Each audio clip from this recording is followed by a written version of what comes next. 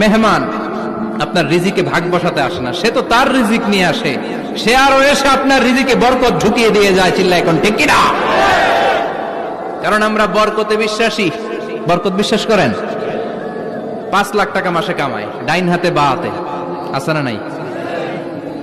হালাল হারাম ইচ্ছা মতো কামায়, মাস শেষে কিচ্ছু থাকে না, এরকম ডাকাইত আছে না নাই? হসপিটালের একটা বিল পরিশোধ করতে 3 লাখ চলে যায়, ঋণের বোঝায় জর্জরিত, রাতে ঘুম নাই, তার মানে বরকত নাই। আরেকজনের বেতন 20,000, কয় হাজার? বাড়ি ভাড়া 6,000, বাজার খরচ 6,000, ছেলে মেয়ের স্কুলের বেতন 6,000, বেড়ায় দান করে আরো 1,000, আরো থাকে। সুবহানাল্লাহ পড়েন। 20,000-এর বেতনের ভিতরে বারাকা ছিল, 5 লক্ষ ইনকাম, 1 টাকাও নাই। ঠিক কিনা?